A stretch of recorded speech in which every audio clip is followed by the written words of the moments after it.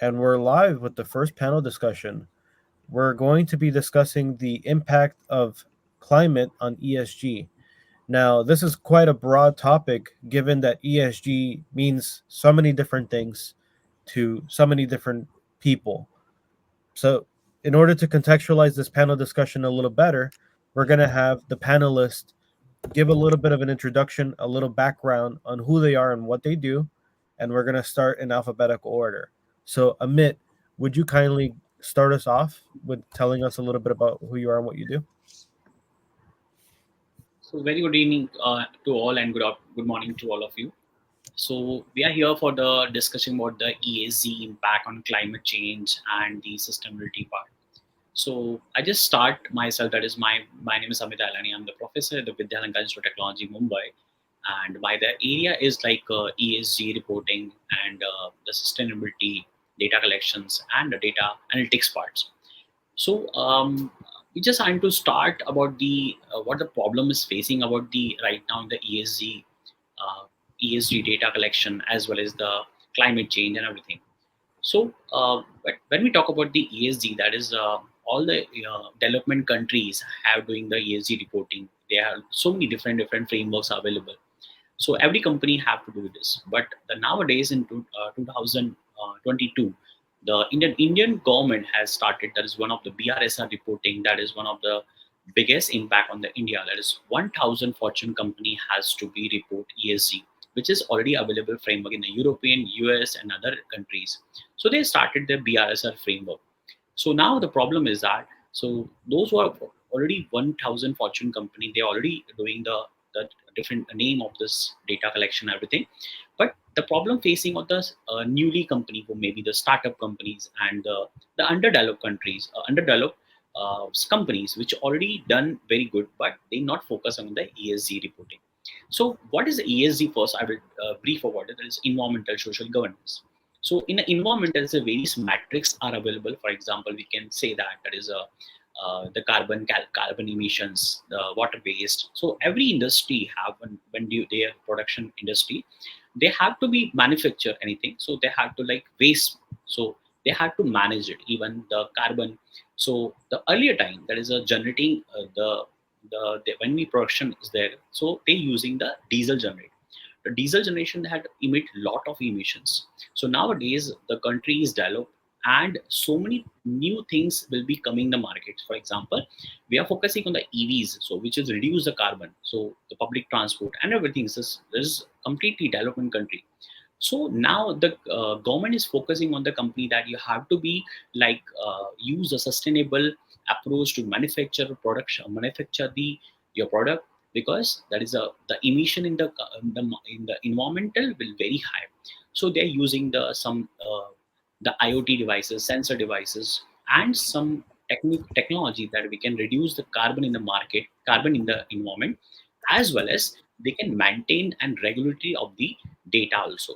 So that is the biggest challenge nowadays. So still, few of the companies, topmost company, they're already going with the sustainability reporting, ESG reporting, because now there is a need of the investor that everybody have to be focused on the reporting.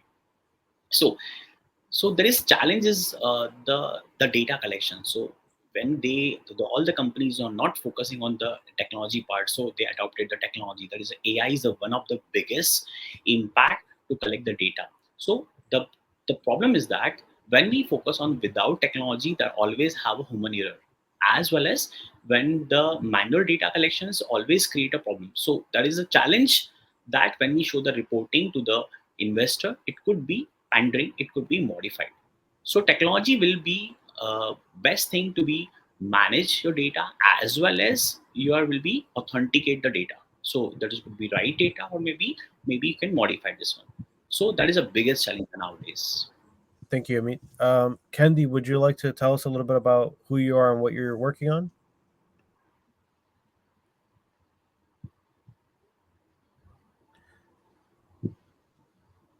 Yes, thank you. Thank you so much, Joaquin. And hi, everyone. My name is Kendie. I'm working for Horse Institute. I'm a Horse Institute Africa data lead. I bring expertise like geospatial technology and AI plus large model flexible model to successfully manage our resources in the traffic, especially in COVID. Yes. Thank you, Kendi. Um, Soumya, would you like to tell us a little bit about who you are and what you're working on? Sure. So, hi everyone. My name is Dr. Soumya Banerjee. My background is like I have done my PhD in graph data science. So basically, graph means like there could be some systems where we want to represent that systems as a interaction between entities. So where we have to define which will be your entities and how they interact with each other. So currently, I work in a university in Italy, University of Trento, and here I am trying to use this kind of graph approach, to represent different climate experiments. Also, I am trying to see like how we can better manage the climate data, or so that it could be represented, the proper metadata has been represented, and anybody who would have the access to the climate data, so that they can build their own model based on that. And also, there are like something that I'm working with is like forecasting of the climate predictions, because this could be important factors for the future policymakers. I can give one example of like how we are doing that. So for example, like when in the ship, the oil containers they took from one country to another, there could be some oil spills could happen, and that can pollute the periphery of the ship, and it could like transfer the whole seawater and make it polluted. So there could be some models which can actually monitor that how many parts, or what are the neighborhood that has been polluted through this oil spill effect. So there could be multiple applications on that based on the data science based models. Uh, yeah, so basically those things I'm working on. Also, I'm working with something like representing the different climate experiments as a graph, a knowledge graph, so that we can interoperable, or like backtrack the whole experiment and find out from which data this transformation happened, and you got the final output, so that you can reproduce again, and you can understand like how these parameters and these raw data files has been produced the final output. So yeah, so that could be one another way of applying the graph knowledge to like climate data.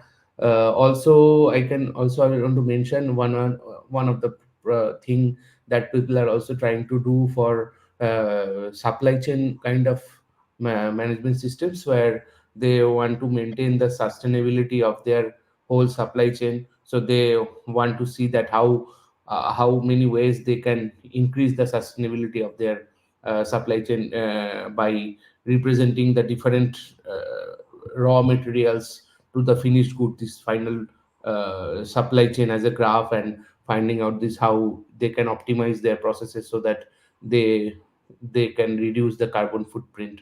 So these are the broad areas that I have worked on, and they are like connected with the ESG kind of applications in the long run, that needs to be like addressed.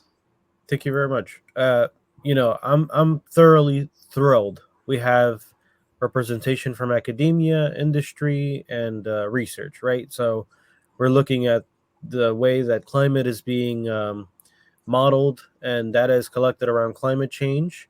We have the monitoring and management of natural resources, and we have the way that this is reported via industry to the government and other regulatory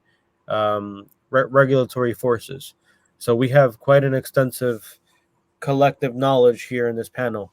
Maybe we can start to shape it by discussing a little bit about how climate data is collected, and then what are some of the subsequent uses of this climate data, because I think it impacts everybody in this panel. So Yeah. Yeah. please, yeah. Anyone want to start? Like Amit? Yeah. Yeah, actually, for the data collection part, that is when we focus on the ESG reporting, the three Yes. parts: scope one, scope two, scope three. Scope one is a directly like we can call as a like what are the emission will be coming from the company side. Another is scope two, which is like electricity, which is indirect emissions. And third one is that is the scope three. That is the biggest challenge nowadays. In a scope three, that is the focus area. That is, for example, I'm just uh, when I just want to some particular product from some other vendor. So what the data, what the emission will be done by the other vendor, this is the under the scope 3. So when we go for the reporting part, scope 1 we got the data, it's very easily because it's my company. Scope 2 where we have some other resources, for example electricity and other things we using it. So this will be also possible. But the scope 3 is very difficult to manage the data. So that is one of the biggest challenge. So in a scope 3, the vendor, or maybe we can call it where we can purchase the product. So they might be not managed to data collection. They're not managing the emissions, carbon footprint and everything. So we have to be mentioned the reporting in scope 3. That is the biggest challenge in every framework. So because sometime what happened, when we get the data and when we have some portals and we have a database, we can use it. But the scope 3 is not our scope, is not our area. So that vendor will they provide the data, it could not be accurate, it could not be like, it could be doubtful. So this 3 data and the collection will require proper software, or we can call it a proper technology where we can manage the data. Kendie, do you have any experience collecting data around climate change or anything to do with how it's impacting forests, or even So for Kendie? I guess we can circle back to Kendie. Soumya, what is your experience with collecting data around different forms of climate entities? Okay, so basically, for our work, what we do is like we mostly use the net CDF kind of approach where we collect the data in the format of net CDF files, and this is like kind of a coordinate shape files and coordinate files where you can see like how with the different color codings you can see like how this the temperature or the with the pixel density you can check how these things are changing over time. So it's kind of a dynamic netcdf files, and yeah, with those files you can actually find out different kind of structures, and dynamically how this is kind of a changing their patterns over throughout the coordinate uh, uh, throughout the coordinate of different points through in the earth orbit.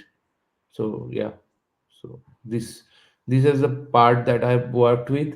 Also, like one of the things that I also want to mention is like there could be different other kind of applications like publicly available data sets for climate that is available through NASA and the other like satellite or remote sensing data that people are using. And there could be like other technologies of data management analysis like IoT or the smart meters that could be used. Also like the other data platform that is actually for the ESG. They maintain something like Salesforce Sustainability Cloud or like IBM Environmental Intelligence Suite. Those things, those technologies could be used to manage the large volumes of data for the climate. So yeah, so these are the overall things that I found out relevant for data collection and data for the large volume of data. Thank you. Kendie, any insight into how data is collected for natural resource management? Yes. Sorry, I have a bad internet, but I think now it's very good. Especially in Africa, we have two types of collection. The You first thing is based on the remote sensing. you're Is that mildly okay? audible, You mildly. you can like switch up your camera and then it could be like uh yeah.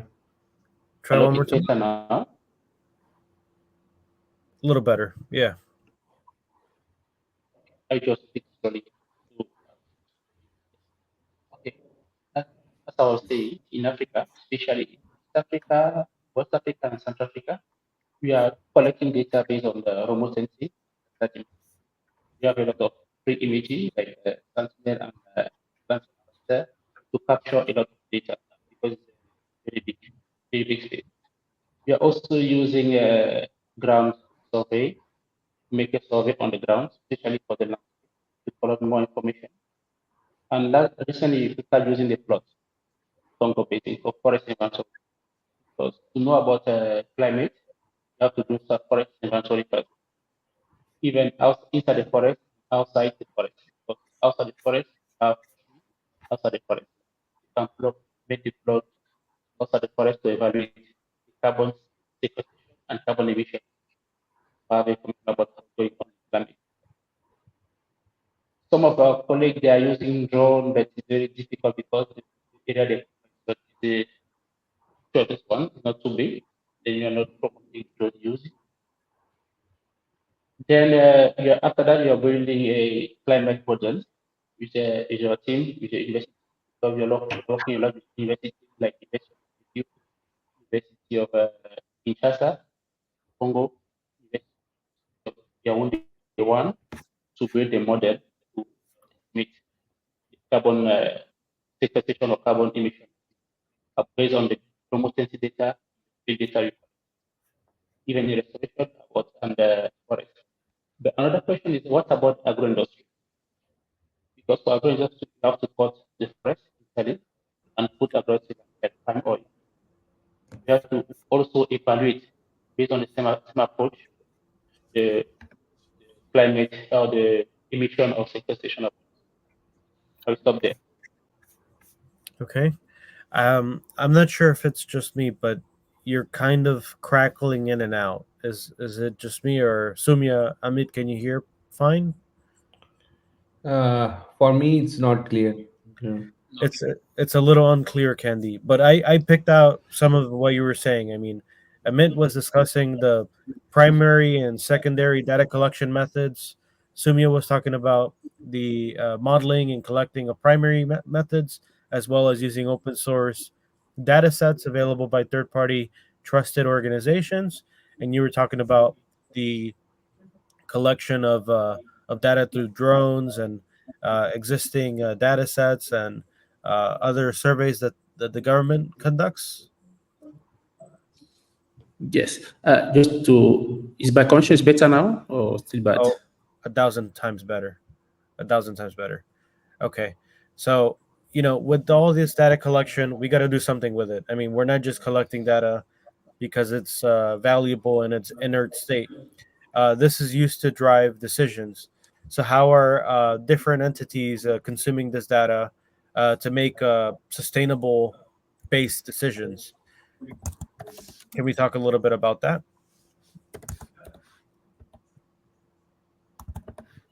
Amit, you could start us off if you'd like. Yes. My connection is better. Do you hear me? Yes. Amit, how do you take this data that you're talking about, the primary, the secondary, and the third scope, and use it to drive decisions around how to sustainably conduct an organization? Or how Yeah. does the government use it, better said? Amit. Yes. Okay. First of all, the decision is made by the government. Sorry, Amit. no problem. No The problem. decision is made by the government.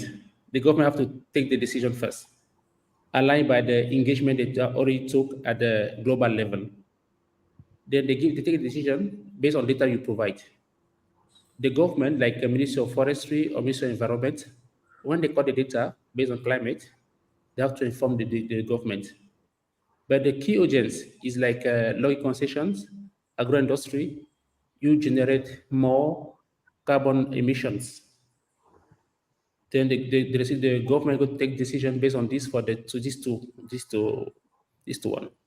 Now also have you also have a community. You own the forest because community like call this one. The people who live in forests, they have it their own right. They also produce a lot of deforestation, not a lot, but some deforestation. How to advise these guys to say, okay, you not produce a lot of carbon emission, but you can do better. This based on what the analyze you provide to the government go to impact. Because sometimes you see like in community forests or forests owned by the community, they don't produce a lot of emissions. But when you run analyze, you realize in this area is no control. They can do everything they want. Sometimes you have to tell them, okay, based on the result you have, try to manage your area better. Even for the agro industry, you have to do the same. And for the restoration, the government have to encourage the people who restore the area to do the best, the good work, to cover the gap. You have it in opposite side in deforestation. I will stop there and give the floor to Amit. Sorry, Amit again. Amit, what about in the electric vehicle sector? And you were talking about some of the other sectors, production of diesel. How is that used from all these sources that you're collecting to drive decisions and encourage sustainable practices? So, as we already discussed about the challenges, so I just add on one more point here. I just talk about the scope one first. In the scope one, the data is like the emission by the employees. For example, we are working in some particular company. They have 100 people coming from the some home to the office. So they are using by the car, taxi, maybe the public transport, everything. So what the collection of the data here, that is every employee coming from particular distance and using the particular transport. For example, they're using the EVs, car, maybe taxi, maybe public transport, bus, train, and the maybe two-wheelers. So every vehicle has some density apart from as per they're available by the IPCC. We mentioned about the density part and as well as the how much emission will be emitted by the particular vehicle. So with this particular figure, will calculate the emission of the employees from coming from home to the office for whole year or maybe year or month wise. So this particular data will becomes in a scope one as the emission from the coming from commission come out by the employee point of view. And additionally, the validation part. So when we coming from them some different transport, so the I think there is a government is already initiated, that is in your bus ticket, in your maybe metro ticket or maybe train ticket, they provided the emissions from particular kilometers. For example, I'm traveling from 5 kilometer, they provided the 5 kilometer carbon emission by the train. So that is the best thing is always promoted by the government, that is using the public transport, because when we go for the my car, so I had to sit on the 3 to 4 people, so emission will be more. And when we go for the public transport, the number of seats will be more and the emission will be reduced. So it will be calculated as per the calculation number of people will be sitting in the car or maybe sitting in the public transport. Additionally, the validation part is very challenging because so in the tools or maybe in a particular ERPs, we have to maintain the proofs. So that is one of the challenge, that is we have to validate. So maybe proof will be validated or not. So in India, the most of the auditors will be available, which will be doing the audit the your data. So which you provided the proof will be correct or not.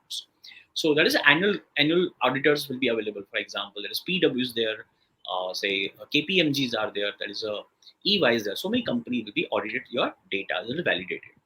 And the apart from the second scope two, for example, that is scope two.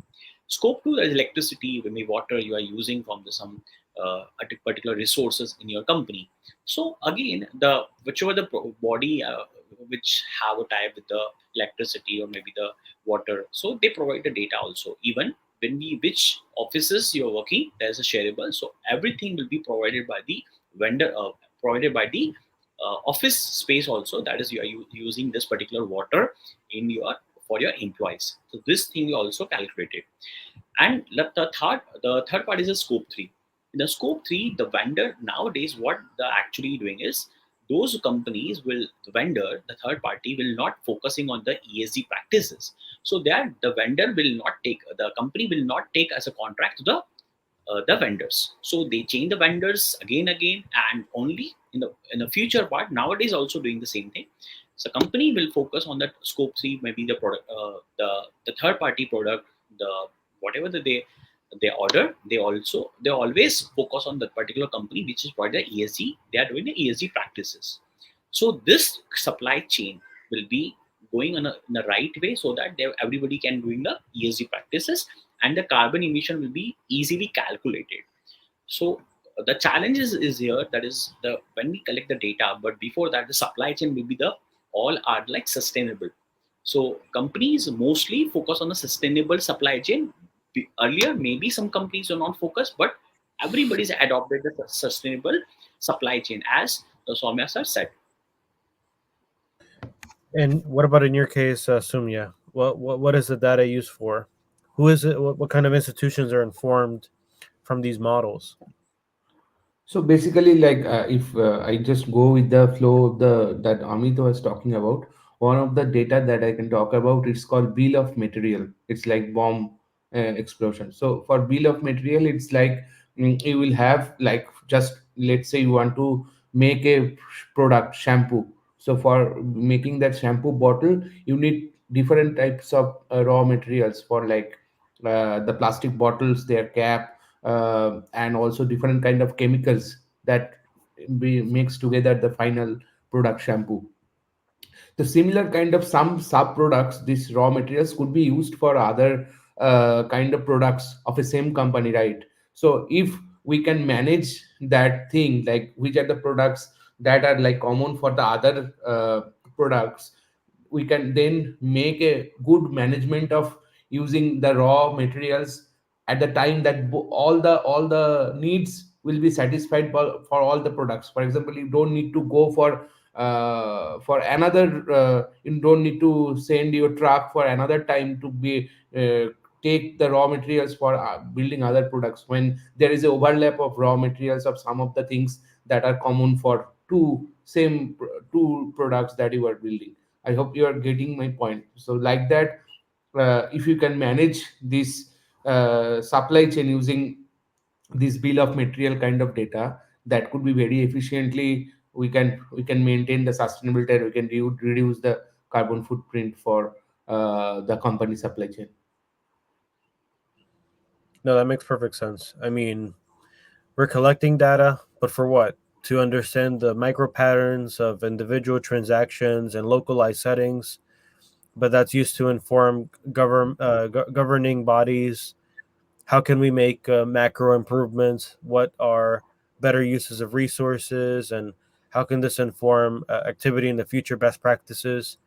That's sort of where we're going, right? I mean, there are people that have trucks have failed or inefficient supply chains, or maybe areas consume more water than they have the supply for. But these reportings are allowing the government to say, okay, we don't have enough water to support all these people that are working in this area. How can we make investments to improve the infrastructure for that, or um, prevent climate disasters like what happened in the flooding in Spain? If you're not tracking of if you're not keeping track of these environmental changes, how can you project or forecast a disaster is going to happen before it happens, so you can take the necessary um, ma- emergency management procedures proactively, right? Um, so, you know, can we talk a little bit about how this is influencing investment decisions? I mean, we're talking about how you're collecting the data, how you're informing these different entities on what this means to them. So, how have you seen this impact investment decisions in your respective areas? Oh, and Kendi also talking about how the usage of resources impacts people living within these particularly protected areas. So I don't know if you want to start us off, Soumya, if we want to go backwards. Yes. So, do you want to know about the investment strategies that people are using for different sectors? Yeah, that'd be good to know. Okay. Okay. So I think like most of the people are like trying to make the inner first of the first things is that you have to be okay with the energy efficiency, like invest in the energy saving technologies like the LED lighting or like energy efficient systems or like smart energy management things that people are now more interested to like going towards that. For the for the waste, another way of thinking of like can we reduce the waste or in the so that the focusing on the reducing waste could be like one of the like investment strategy for maintaining the sustainability in the for the economy and making it such a so that you can recycle, you're reusing the materials. That could be one way of developing things. So people are investing on more on research and development of these kind of products. As I mentioned, like one of the things that also people are doing is like more making it more sustainable for different ways of like water conservation management. So there could be another way of investing in these fields. And like so people are actually taking the leveraging the technology field also, because those advanced technology like AI or machine learning or data analytics could be one way of handling these kind of challenges. So these people are also more investing towards those also. Of course there will be some cost and benefit analysis, and your clients also need to be like they will also focus on their profitability. So there is a trade-off between the those things, but most of the people have be in the way of thinking that people are doing in past. It will not go in the next ways, because the people will not invest if you are not like more ESG aware, and your policies and your companies and your processes are if not towards the sustainability or environment friendly, people will not invest in the long run for your any product that you are building. Kendi, what about you? How are you seeing this, the usage of this data affect investment decisions by private or government or even nonprofit organizations? Yes, thank you. I will just talk for the government because for private company, we are fighting about them to preserve everything. But how you're helping the government to secure the everything. And okay, you're working with the community to protect their land. Yes. When you have this data, you have a give to community the advocacy to make noise about to protect on their right for maybe for the land concession or mining concessions, because sometimes they take community land to do their works or to do their jobs. Then you use data to protect the community right. And also you are involve the government to say, okay, this data is alarmed. Seems like a COP of Paris, like 2015, they take some agreements in terms of deforestation, regulation of deforestation and everything. Is it data is aligned for the engagement the government take, like Paris, you are ongoing COP, they go to take a new agreement. This data is aligned for the next the outcome of the COP, yes or no? Is it on the good way or the bad way? Then after that, the government can decide to maybe punish the concession, legal concession of the private sector, or give them, let them do their work. Then you're just advising the government and just support more the community. That's how you're using this data to generate impact. Yes. How's it impacting investment decisions, whether something is allowed or not allowed? Okay. One example, since like this year and 2 years ago, Cameroon and Gabon stopped exporting the entire wood, like the timbers. They have to do like first transformation before exporting. They go to reduce the profit or the outcome for the company. We're going to create the new jobs for the local communities. There's a direct impact you have. Then depending on what you say, because you're focused on government, when they reduce the, I call this one in English, I don't, sorry, French is my first language, there's sometimes you have trying to find a good word in English. When they reduce the way they import the trees, because in the past they have to import the trees without cutting. The seeds now we have to process the trees first before importing.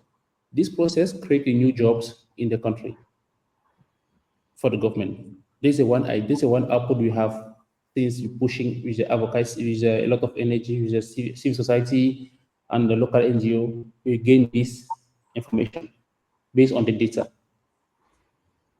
and the government make more money compared to the past. But for the private sector and industry, they make less money. Yes. Thank you, Kendie. Amit, what about an industry? So actually, the industry is now focused on ESG reporting. That is compulsory part for the investment and like we can call as a business purposes. But the problem is that nobody is like have a like sustainable reporting or maybe ESG reporting that is perfect way, which is that is the investor is required. So everybody is doing it, but maybe my carbon emission will be more than that because I'm have to reduce it. Maybe in the future I can work on the cell line decision making. I can work on some tools, AI tools where we can in future maybe 2 year I will reduce it. But the problem is that investor will not wait for that. Investor want that you should be started focusing on the ESG practices. That is okay. Your production and during the carbon emissions very high. So what we had to do here? So the company or maybe the startup company they have like they take a like trust. They create a trust that is whenever I emit the carbon emission. So apart from this, I will do some additional part. For example, one of the Indian company that is Mama Earth is putting on the one line on their product that when we using one product, someone is using the product, buy the product, so we'll do one plantation. So that is one of the thing that is you had to balance out. So you already done the carbon in the market, carbon in the environment, but apart from this, the investor will also focus on what do additional thing to reduce it. So your production have already have high the carbon emissions, carbon foot is very high. So the investor focus on what you have to reduce it. That is one of the carbon credit is one of the thing which is early in the market. So I can buy the carbon credit. So that is a country who is already developed country. So doing it. So underdeveloped country, they reduce it some different way. Maybe they started using the IoT devices to monitor the carbon emission, and they have to reduce it. But the reporting is mandated. Additionally, the investor also focus upon their only the businesses also get it when you have a ESG practices and ESG reporting. So additionally, they mention about we do this one, maybe we do reduce maybe in the future, maybe they have projected, they have prediction in the future, maybe in 2015, 2025, they reduce in carbon emission will be this particular percentage. So this thing will be help to get the investor to trust the company and they will invest. That makes sense. I mean, the government is looking first to monitor, then it's looking to regulate. But if you exhibit good behavior, you get carbon credits, right? Like you get reduction in how you're reporting to the government. You get some sort of benefit to your investment. But if you're not adhering to those regulations, you're going to get penalized, right, for going above what is what is supposed to be good behavior. Gotcha. Okay. Um, yeah. Is there anything in particular to driving the adoption of sustainable practices that you can talk about or bring on to the discussion? You So mentioned. additionally, I will. add one point here. That is nowadays, that is the problem is the technology adoptions. So here in the market, which I already observed, there is a cloud-based, that is SaaS-based platform is using. So they provide the like login credential and to the startup company, the mid-level companies. So they started putting the data on the clouds, and the background, there is some data analytics person will be analytics your data and will be identified, that is a will help to make a decision, maybe using the graph, as Soumya sir said. They apply the some graph technology, or maybe they're using some decision making for machine learning. So they will help to predict your data. Maybe this year I will reduce the carbon emission by this year. Maybe in the projected year, maybe after 2 years, will be reduced it particular 20%, 30%. So this is only happen when the data will be provided approximately 4 5 years, because in a single year you cannot predict the data, because the machine learning or any learning model will not work on it. So projected is nowadays in the market everybody expected, because today whatever the situation, it could be reduced it in a maybe couple of years. So the challenges, that is data collection, as already discussed. Additionally, they wanted something, uh, additional tool like machine learning model which will predict. But the problem is the data should be in maybe 2 year 3 year, maybe after some particular year, might be Soumya sir will be more focused on this particular, how we can work on an AI model here.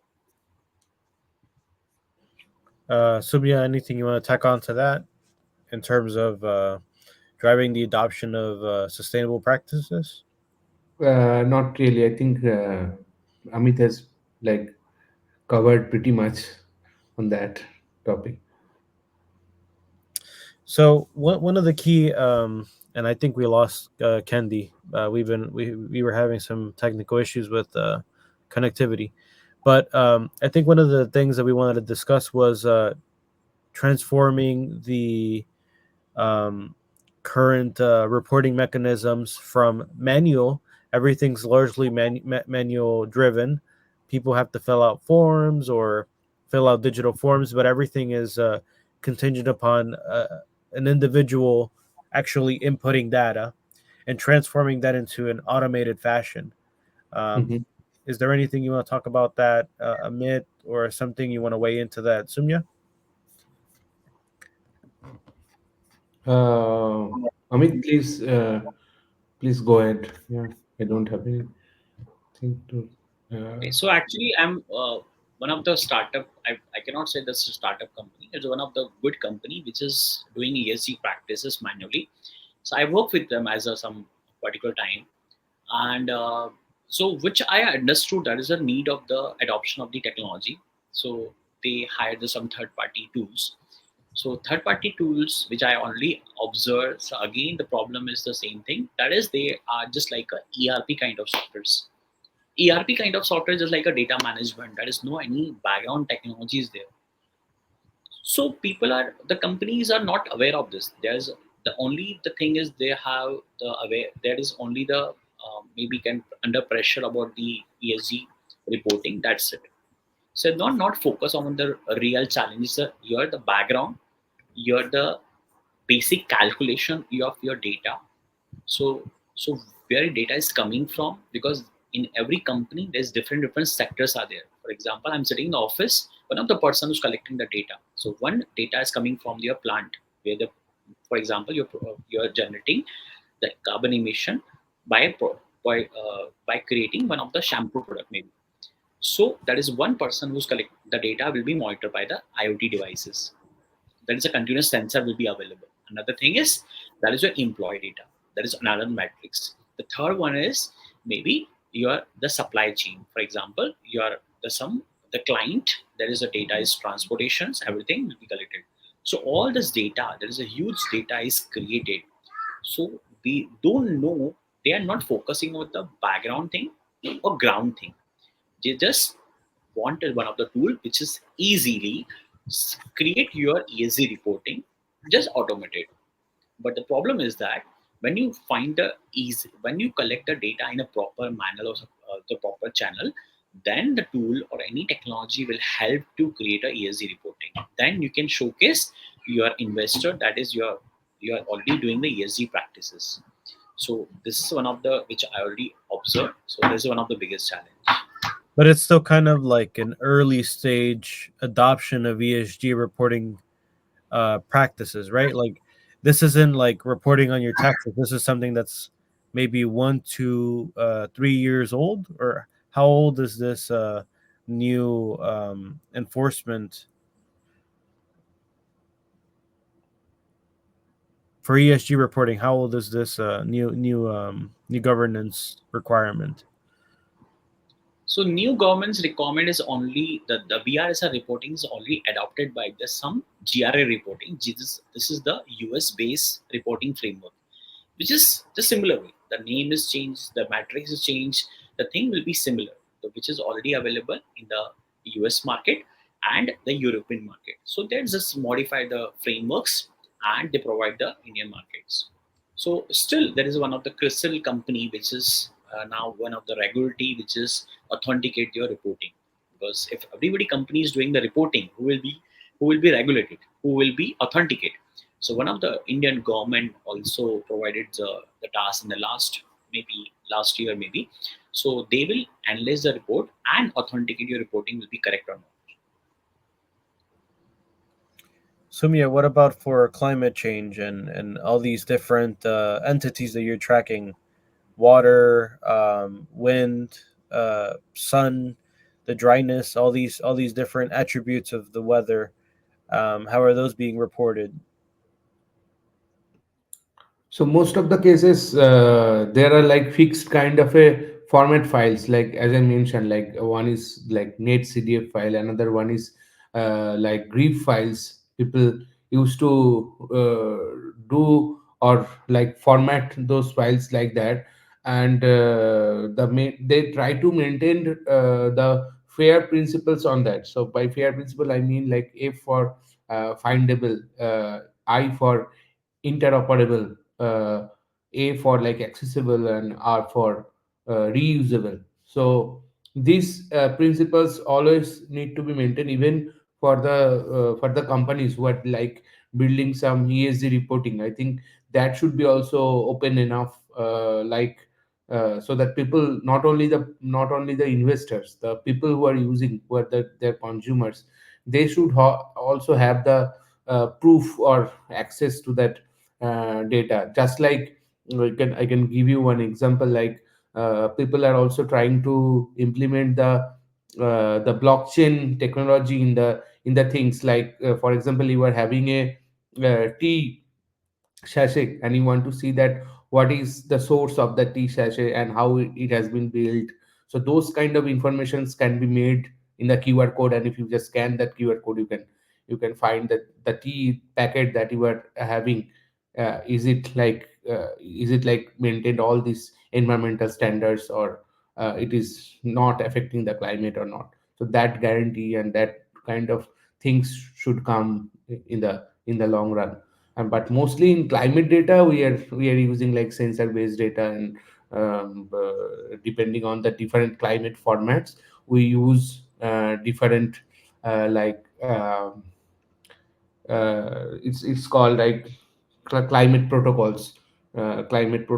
So those climate protocol, based on that, the data has different kind of format. There could be JSON files, there could be like collections of those JSON files is called like stack catalog.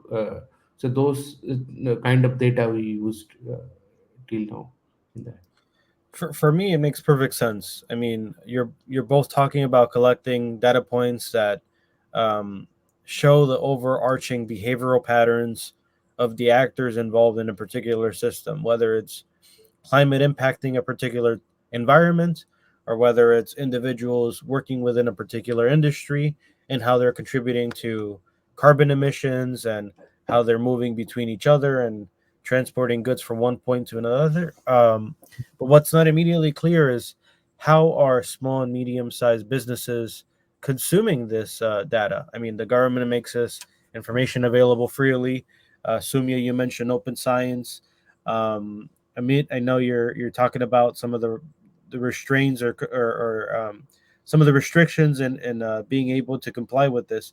But how do people at an everyday intellect and everyday knowledge and background take advantage of these resources? For this resources, I think I, I'm not sure about it. So I think I cannot talk about this topic. But for so are we saying here for the most part, talking about these things more accurately applies to corporate entities and bigger organizations that move more resources? Is that what it is?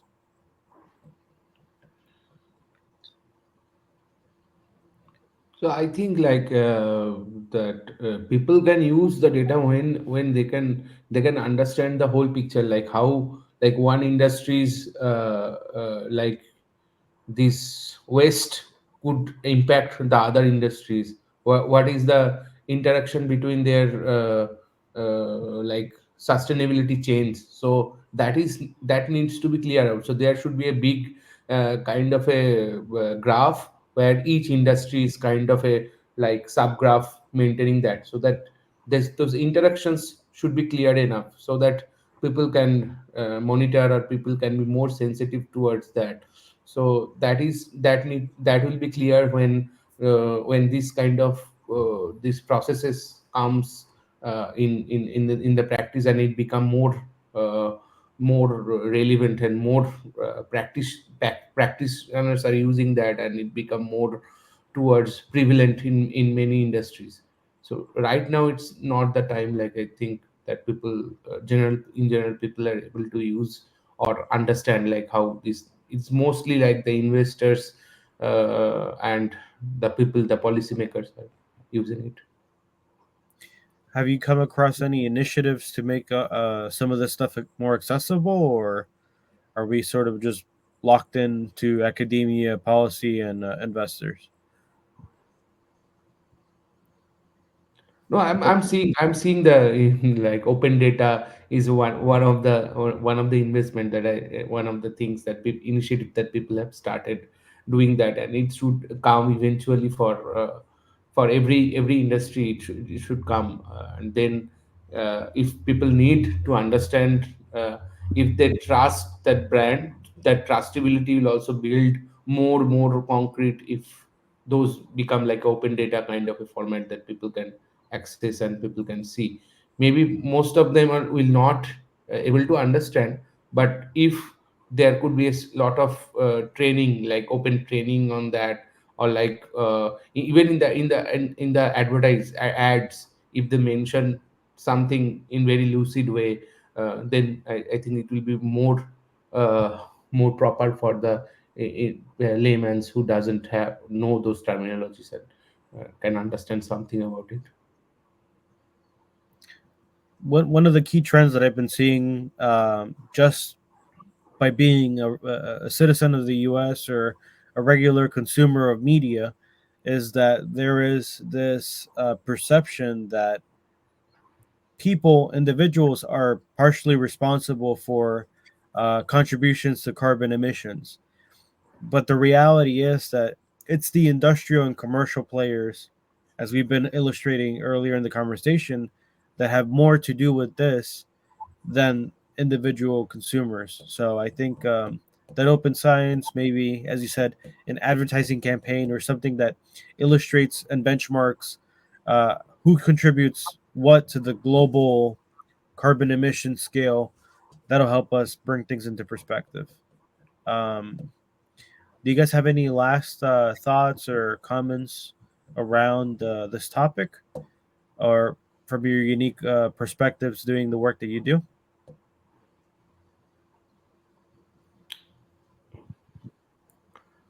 I don't have anything to add more. Yeah, I'm done. Anything that we I, can yeah, I think that is advertisement is a very good idea. I mean, I saw so many ads are there which is focusing on saying green energy or green technology. So these terms will be focused on their marketing strategy actually. Nowadays I order some food and everything, so they provide some sustainable like paper, they reduce the plastic, so they use the paper bags, and additionally the cup plates will be created by some waste material. So these are the things will be more promoted nowadays in the by advertisement, even the supply chain or maybe the food industry, in different industry actually. So additionally, I also saw some of the, when I already talk about, there's a Mamaearth, one of the product which is mentioned, there is a, they do one plantation when they buy the one product, because all the product will be in a shampoo and everything, the cream will be in a plastic bottle. So they already the plastic is using it, so they promoting that we are doing some sustainability work, and as a advertisement, and they do plantation. So the advertisement is the best thing. They can promote this green energy, green sustainability, and the ESG practices. So that is, you are already said, that is the normal people will not aware of this, but the advertisement, I think, the best place, best thing. Is there at some point, and I'm just throwing this for a little bit of controversy, is there at some point a level of greenwashing alongside kind of the lack of awareness of how this is impacting everyday folk?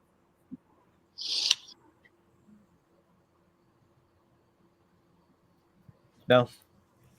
All right. Well, it's been excellent speaking with you two in this panel discussion. Kendie unfortunately dropped. I think he just had some technical issues, but we're going to take a break and then we're going to get back to the remainder of the presentations. And we have one more panel discussion in the day. I know it's late in the evening for you guys, Italy and India, so it will be recorded. If you need anything, we'll, you know, tune in tomorrow and it should be available. As for everybody else, take advantage of the networking opportunities, and yeah, we'll catch you. We'll catch you soon. Yeah, thank you so much. Thank you, Thank you so Soumya. much. Thank you, Yeah, Amit. yeah, yeah, Thank you. bye.